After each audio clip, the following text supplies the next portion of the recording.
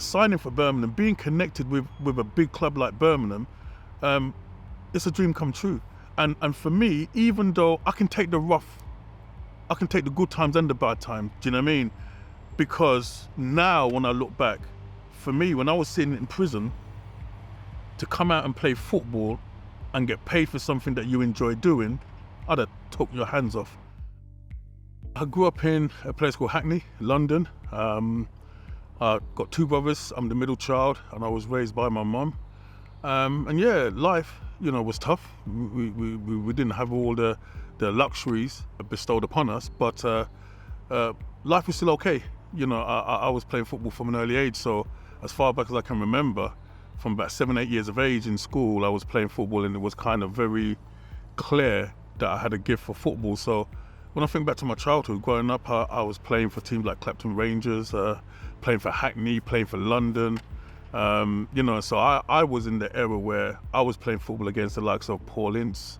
I played against Paul Ince in our Sunday League football. He played for Old Ford Rovers, I played for Puma in the South West Essex League. But my era was coming up against Mickey Thomas, David Rocastle, Paul Merson, Tony Adams, playing district football when we were like in our teenage years. So yeah, growing up for me, it just seemed like it was just football, and more football. Growing up in Hackney, you got to be tough. Do you know what I mean? There's lots of poverty, deprivation. Do you know what I mean? And so navigating, growing up in Hackney can be a feat. At that time, I think there's only two ways a person goes. You either kind of stick with your education and go on from school to college and university, or some people will work. But for me, I was getting in trouble at an early age at school, and what I know now is that a lot of my trouble was because I was disrupting the class, but it's because I was finishing my work quickly.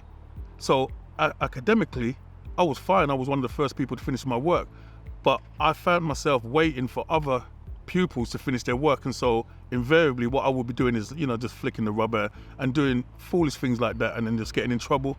And that kind of escalated, do you know what I mean, into bullying. And like I said, growing up and not having much, bullying was a way for me to kind of, just get money, getting some of the luxuries that I wasn't able to get growing up. But that spiraled because now you start hanging around with like-minded people. I remember one day I just looked out for a couple of older guys, and that was it, man. They put 70 bills in my hand. Now, 70 bills in the 70s, that was a lot of money. I was sold. That was it. And so for me, going down that spiral of committing crime, it just seemed like a no-brainer. But once you start coming into contact with the police and court appearance, it's inevitable that at some stage you're going to serve time. And so for myself, yeah, I got sentenced just after my 17th birthday. And as a result, I ended up going back into prison 5 times, and my last prison sentence was 4 years. When you're hanging around with your own age group, everyone, is giving it large. Everyone, wants to be a bad man. But my last prison sentence, I actually served that in adult prison. And it's weird because in adult prison, it's a completely different ball game in there. I remember I was in Wandsworth. At the time, Wandsworth was one of the worst prisons in Europe. And I went to play football as per normal. And then 2 days later, 2 guys came to my cell, said they wanted to talk to me. And, when 2 guys who you don't know come to your cell, say they want to talk to you, you start thinking the worst. So I'm getting ready to fight. But they said they wanted to talk, and one of them was doing 24 years and the other one was doing I think it was 17 years for manslaughter. And they said, listen man, we was in the gym a couple of days ago seeing you playing football, and what we saw in there, we're saying, what you doing there? And the conversation transpired, and they gave me a good kick up the backside, because as far as they were concerned, they wasn't gifted, they wasn't talented, and what they were saying to me is that the level of talent that I had, there's no way I should be sitting in prison with that kind of talent. And so they said to me, listen, if I was you, Rick, don't serve the time. Let the time serve you. And I understood what they meant. Don't just sit in prison and just do nothing and then think about your future when you're released. Start thinking about it now. And so for me, desistance, it started right there with that conversation with those 2 ex-cons. Because I grew up not knowing my father. When I first laid eyes on my dad, I was 19 years of age. By that stage, I'd already been in prison 4 times. I'm on bail for 2 robberies, and I know I'm going to go away. So I didn't have a relationship with my father. And so even though I knew I was good at football, that conversation was the first time any grown man had spoken anything positive into my life. And literally from that moment, light bulb. And, you know, I started living in the gym, I started training as much as I could do, so that when I was released, whenever that opportunity came, I can hit the floor running. So I always feel like there are moments in your life where you know it's a game changer. And so for me, signing for Leyton Orient was that moment. They took a gamble, and I'm grateful for them for that. And when I got that blue paper with the heading Professional Footballers Association, for me that was a game changer. And I went straight to my mum and kind of had that moment with her. And so yeah, it was immense because it changed my life, literally. We was playing Barnet, played well, scored a hat-trick, and I think that season, when the season finished, Barry Fry just contacted me. At the time, Orient, we was in the third division, and Southend, they just got promoted to, which is now the Championship. And so for me, it was a no-brainer just to kind of just up my game and play in a higher league. And that wasn't too long after I was supposed to sign for Coventry, but the deal fell through. I didn't feel like the deal was right enough for me. Funnily enough, just come out of prison, Coventry are in the Premier League. I went to Coventry to speak with Bobby Gold, and I didn't take the offer. And I think they couldn't understand it. They couldn't figure out, you just come out of prison 2 years ago, Coventry City is about to sign you for 150,000, why didn't you sign it? But if I'm honest, I think you underestimated me. The offer that Bobby Gold put on the table, I can't leave London and relocate for what he was offering. Where am I gonna live? You wasn't even offering enough for me to go and get a house, to put a mortgage. So I turned it down. And a lot of people couldn't figure it out, but I wasn't that stupid. I do understand finances. At the time, most of us wasn't really happy with Barry because when he left Southend, it was December, we were third in the Championship and we were on a roll. Now can Ricky Otto get on the end of that? He can, and Southend are ahead. I genuinely believe if Barry stayed, we would have done something remarkable at Southend. However, obviously when Birmingham came calling for Barry, big opportunity for him, and so I do understand that sometimes these opportunities don't come around too often, so he took it. And I felt I'd done well for Southend over the last year and a half. And so I kind of wanted to lay down some roots. At the time, my girlfriend was pregnant, and I kind of really wanted to kind of just invest in the house.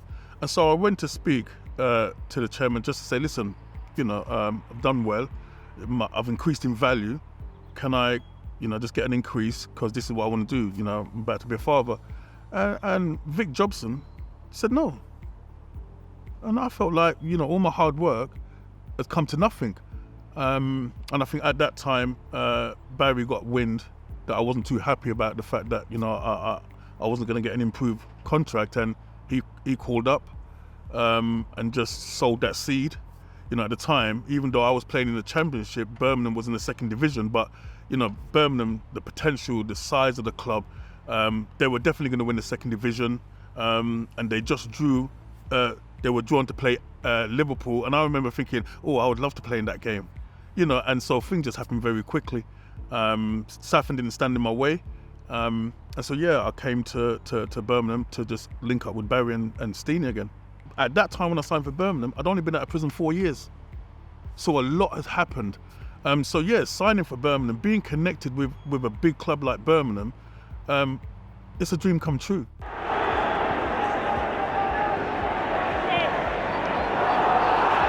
Otto.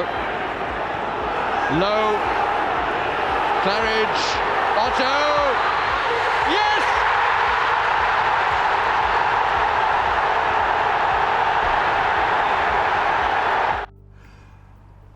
Again, I think another moment in life that lives with you. Sometimes you don't realize when you do things the impact it's going to have. At the time, I'm just playing football. I'm just trying to kind of make a good impression, new club, new players, and really just want to kind of just leave your mark on the club. And Anfield, you know, I went there as a supporter. You know, I grew up, you know, watching the mighty Liverpool. And so to go there, to play there, for me, that was like a dream come true, let alone to score a goal. Up until that point, I think I was having the worst game ever. The first half, Barry put me up front, and I'm a left winger. And so it's a completely different ball game playing a lot of the times with your back against the goal. And Razor Rudder, I remember the first tackle, he just came right through me.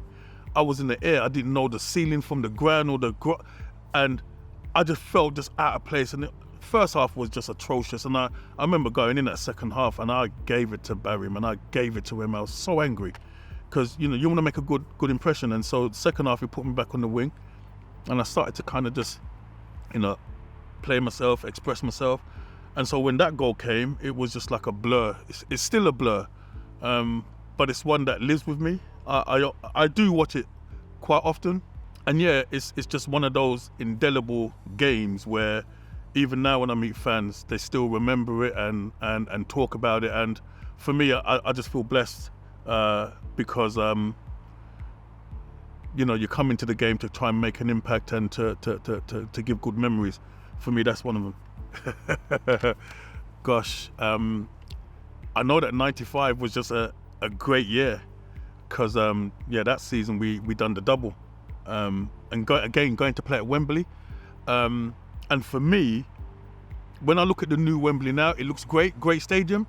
But for me, there's something about playing at the old Wembley, going up those, I think it was 39 steps. Because again, I grew up like any kid watching the FA Cup year after year and just seeing great teams and great players playing at that hallowed turf and going up them stairs. And so for me, again, you're going to Wembley as a fan with all those memories. We're driving down Wembley Way, and I think, Birmingham, there was like 55,000. So you're going in, you're in the coach and you're seeing a sea of blue. You're going into this game as favourites. Do you know what I mean? It just triggered all those emotions of watching those FA Cup games, and you have to pinch yourself like, is this really happening? But then you have to focus quickly on the game because you want to play the game and not the occasion. And I always felt that if I don't score, I want to be able to make an impact in the game. And so yeah, it was in sudden death. When I think it was Wardy, he played the ball out wide for me, and I just tried to jink past this player, but this time I just kind of jinked inside and just let my right foot go. It's in! Tate has done it! And it just was the perfect cross for Tatey to head in, and from that moment it was just a blur. Everything just slowed down. That's the winner!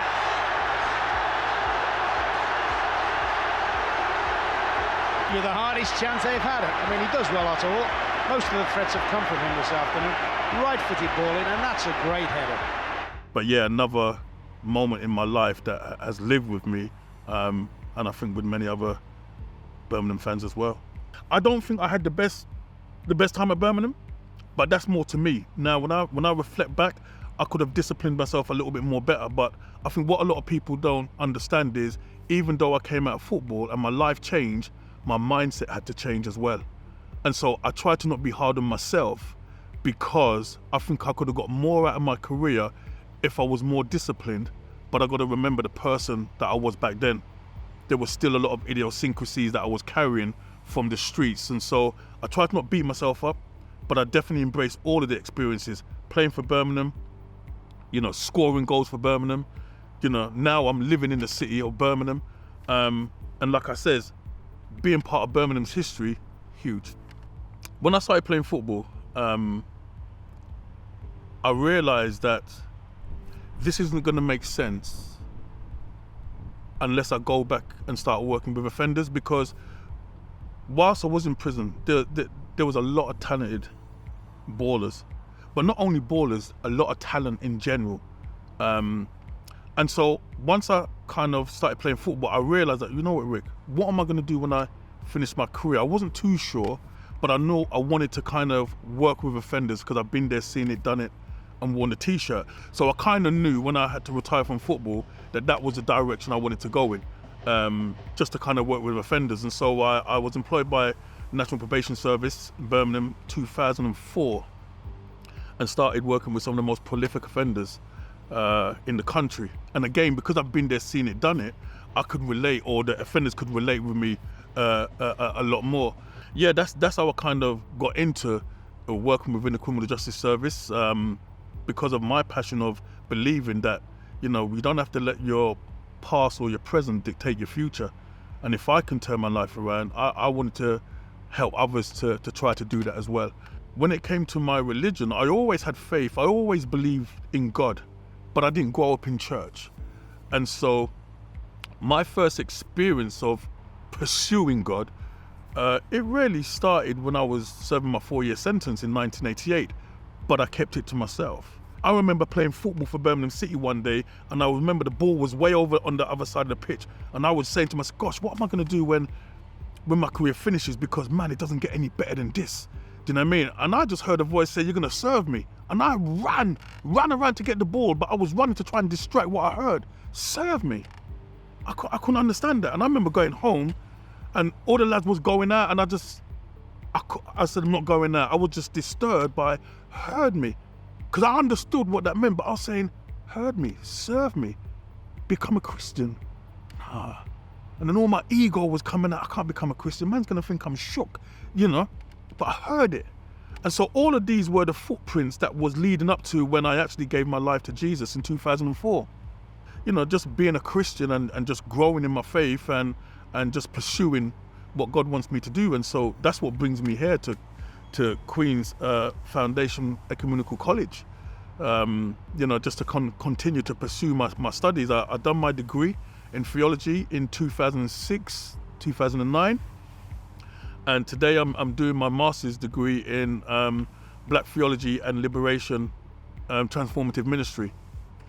And a lot of that kind of coincides with a lot of the work that I do within the criminal justice, because a lot of the work I do is with young black offenders.